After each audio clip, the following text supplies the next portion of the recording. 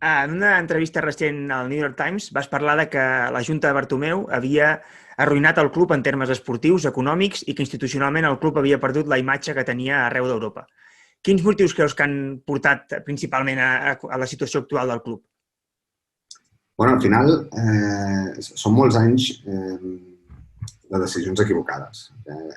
Ja prescindim de si hi ha bona fe o mala fe, o simplement és una qüestió sota el nostre criteri d'incapacitat. O sigui, és una decisió equivocada darrere una altra a nivell esportiu, institucional, econòmic. Econòmicament hem disparat la massa salarial des de fa anys i això ens està lastrant les decisions que hem de prendre. No podem invertir determinades quantitats en jugadors perquè tenim un llast econòmic brutal. Les decisions esportives que fem d'inversió són molt qüestionables, molt extremadament qüestionables, inclús fins i tot a vegades quan es fan inversions en valors segurs, com podria ser Griezmann. El criteri esportiu que porta aquesta inversió també és qüestionable perquè és obvi que amb l'estructura actual de l'equip no semblava massa raonable.